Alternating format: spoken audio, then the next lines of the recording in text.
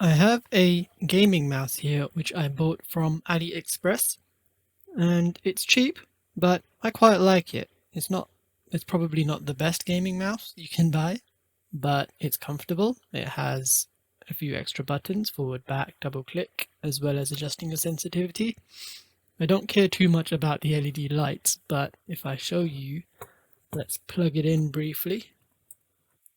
It's got a few lights to it as well. It is an optical mouse, not a laser one, so it does have a red light sticking out of it. Now, what I want to do today is silence this mouse. If I hold it up close to my mic,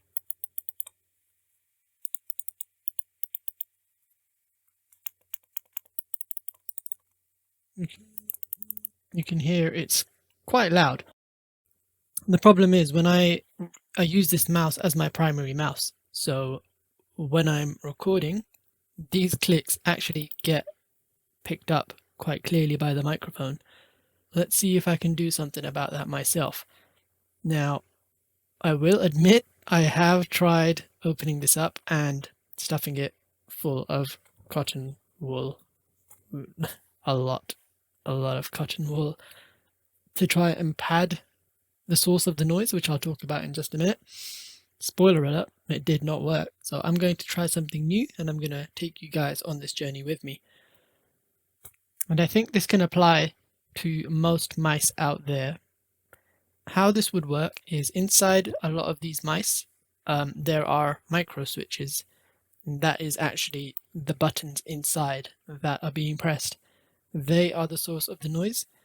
With the cotton, I tried padding those switches to try and provide some noise insulation around it, but that didn't work. So let's see if we can go a step deeper and actually silence those switches.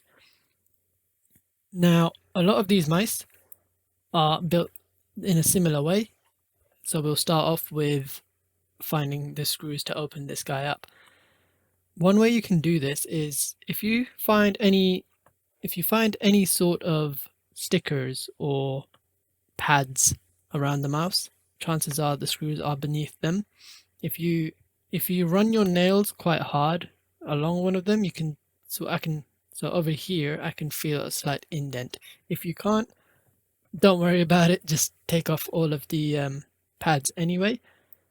So I'm going to do that right now. So I know there is one under here. So if I use this screwdriver to pry under here, I can eventually lift up this pad. And there is one of the screws. Right there. Don't know if you can see that. Right there. There is another one over here for this particular mouse. And there is one each beneath these pads. So let's go ahead and unscrew those.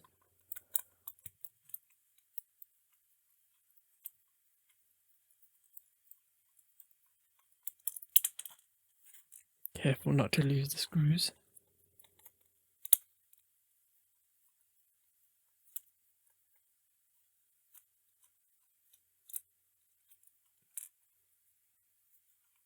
Now I'm using a sharp screwdriver here, but if you're finding trouble with that, I also have a scalpel which I like to use. So that helps me. Be careful not to cut the padding, but it just helps pry it up. It's a thinner blade.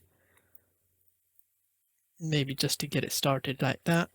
And if I pry the next one as well, just enough to get under it, and then we can use a screwdriver to pry open.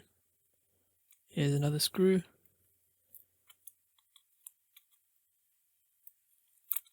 And here's another. So let's undo those.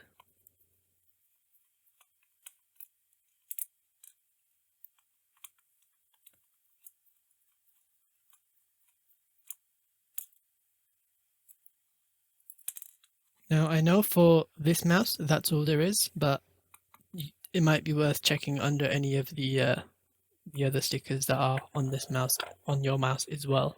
a lot of mice have two notches at the front, so it's usually the back that you need to lift up and pull back to release those notches. This one does have that.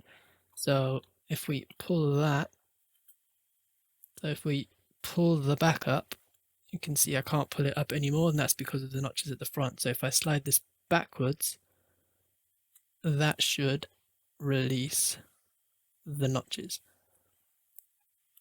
Okay, and that's the top off. Inside we have the circuit board with the mouse itself, with the circuit, with the electronics of the mouse as well. And let me change the angle of the camera at this point and show you guys a better view. So what we have here is the inside of the mouse. This is the actual circuit that controls the mouse. And with a lot of mice, this circuit board will actually be screwed in to this base, but in this case, this one is not. So I can actually, with the cable as well, lift this entire thing out. Here we have a piece of plastic to direct the light and be picked up again by the optical sensor, and we also have a chunk of metal here that adds some weight to the mouse. Here's the actual circuit for the mouse itself. We have 3 LEDs, which are the RGB lights for this gaming mouse. We have the red light, which is then directed into the plastic and then picked up by the optical sensor here, which is this black chip here. We have several micro switches. These are the forward and back switches. This is the double click, left click, right click, and this is the mouse sensitivity switch, and under here, under this wheel, we have the scroll button switch. So first thing we're going to do is, to make life a little easier, let's get rid of the USB cable. Now don't pull the wires, but pull the connectors and that should come right out. However, if you're struggling a bit, or if you can wiggle it back and forth a bit and it's still not budging, you could try and get a flathead screwdriver and slot that right under there, like so. And just give it a little twist. That should lift it up a bit enough for you. That should lift it up a bit enough for you to be able to lift that out. And that is the cable out of the way. Next thing we can do is remove the scroll wheel. We don't need this and it will just come in the way, because what we want, and it will just come in the way. So with this one, we actually have this switch in the way, but if we lift up carefully, we might be able to pull that out, and be careful not to break these thin bits of plastic. We just have a scroll wheel here, and basically what that does with this particular mouse is turns this potentiometer here. Okay. So what we're going to attempt to do here is silence the micro switches. It is actually the micro switches which are quite loud. How these work are the mouse buttons. The buttons you actually press only have a small bit of plastic like this, which press down on these micro switches where these plastic buttons are. And if I press that with my screwdriver and move my microphone closer, you can hear they're quite audible. They're quite loud.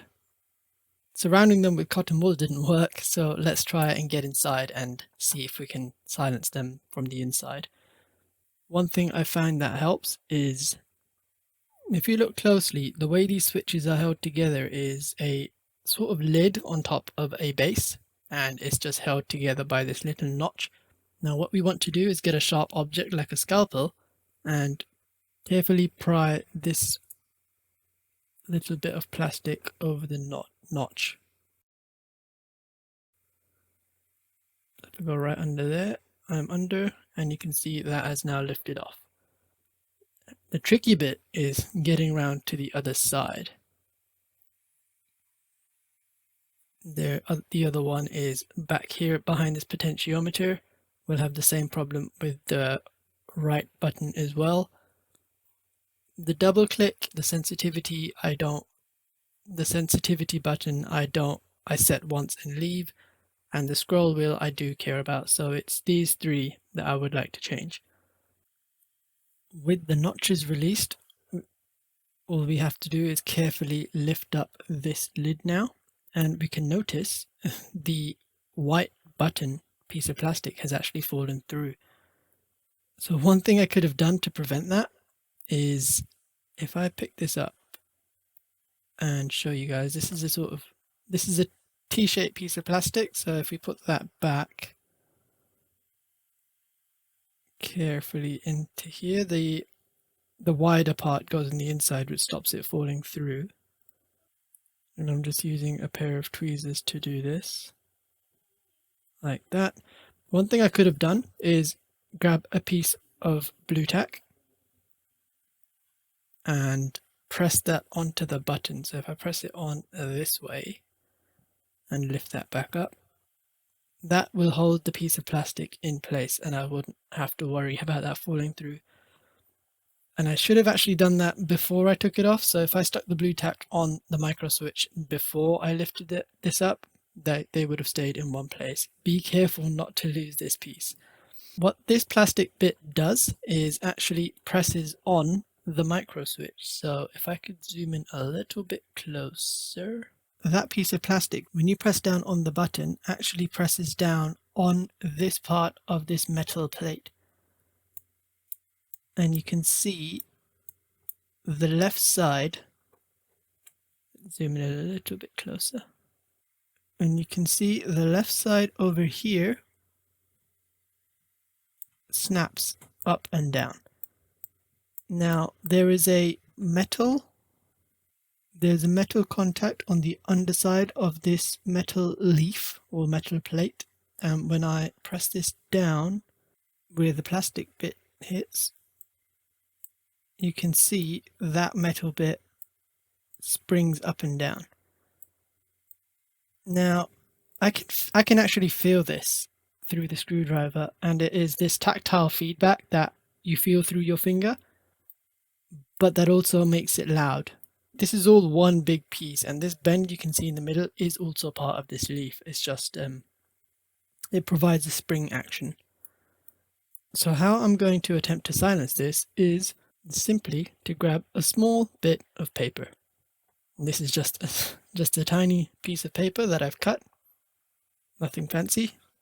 And what I'm going to do with this is fold it once over, so it's double the thickness. And I'm going to push down on the switch, and I'm going to slot this right under there, like so.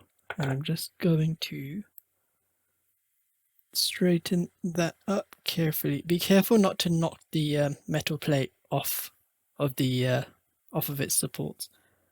Now what that should do is lower the distance that this metal plate needs to travel from the top to the bottom contact and back up. Less distance, less strong of a snap, and therefore less noise is the theory. So let's see how that sounds now.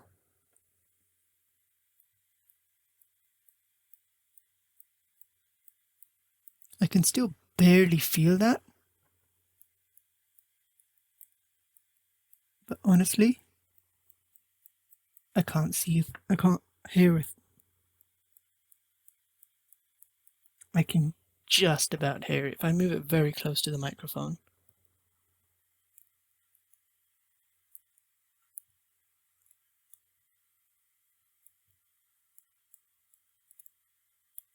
I think that is already a success.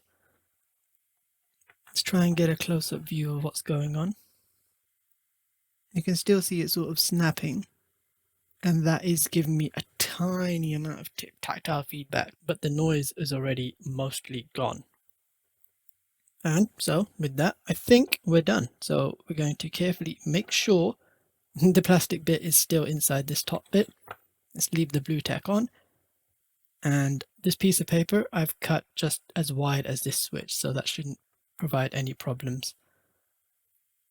And let's carefully, straight down, pop this back on, both sides snapped. We take the blue tack off and just pat it on the top to remove any blue tack sticky residue. And now that is already very quiet. Let's compare it to the one next to it.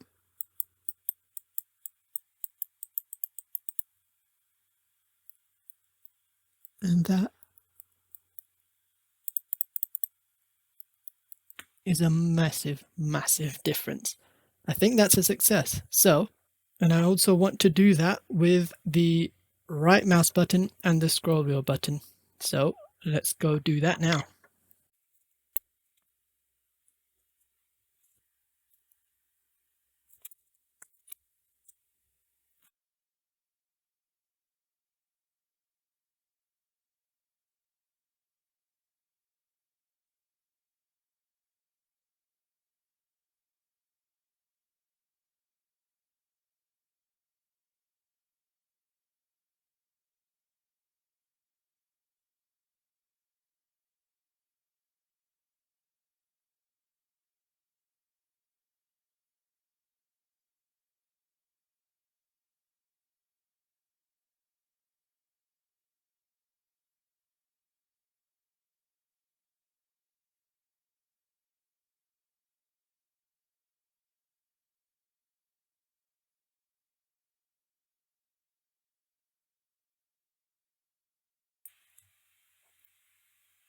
With those three done, let's have a listen. We have the original three, which I haven't changed.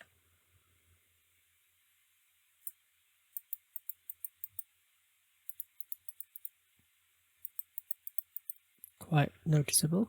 And let's try the three we have.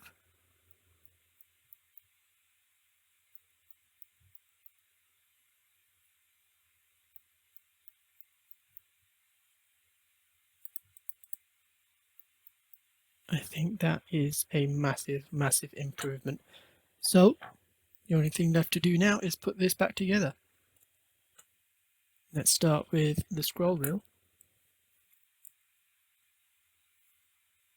This piece of plastic is actually hexagonal, and the potentiometer is also hexagonal, so just got to line that up. Let's be mindful of that while we line this up. And slot that back in. Give it a spin. Yep, I can still feel the click, but it is much more silent. Okay. Then let's put the USB cable back in next.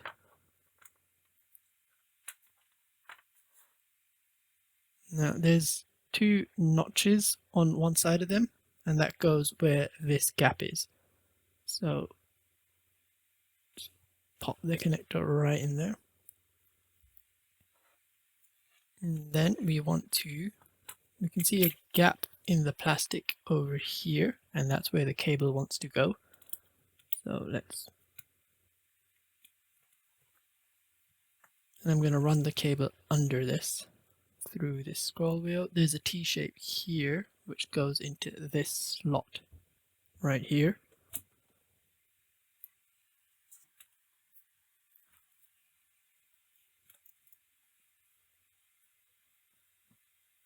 And then let's fit the mouse right over there into its slot. Okay, that's in place. It wiggles a bit, but when the top lid goes on, that should be fine. Next, let's put the lid back on. So we have the notches here, Don't know if you can see that, but there is a notch here and a notch here. And that needs to go, or a hole rather. There's a hole up here and a hole up here. And on this bit we have this little lip and this lip, and they need to go into these gaps.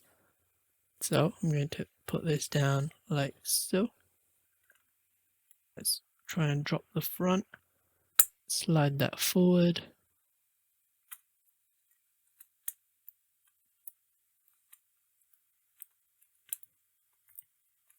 And I think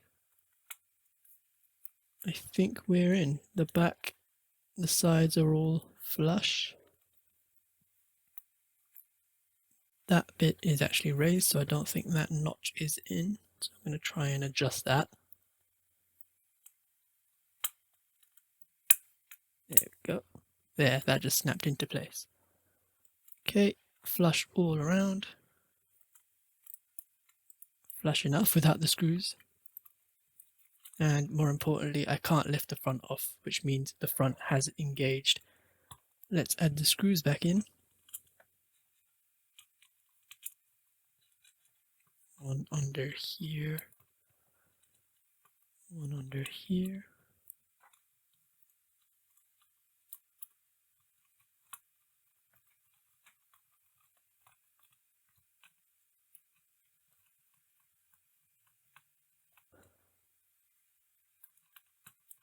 It might also be worth plugging in the mouse at this point and testing it works before screwing it all together.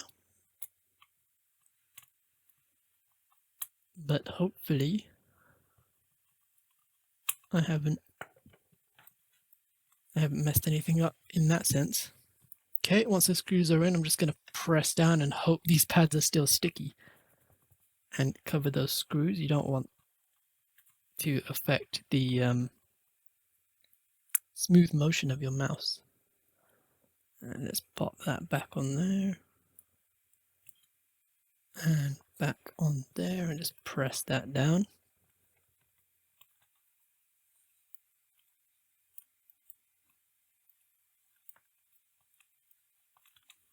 Okay, that seems fine to me. Still moves around smooth enough. Now let's plug this in. We have lights. And I can see the cursor moving around on my screen.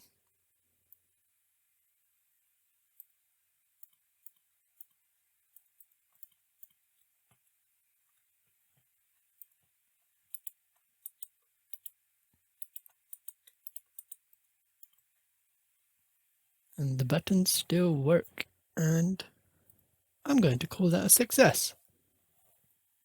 So that's how to silence a mouse. I hope this is useful for you as well, and I will see you in the next one.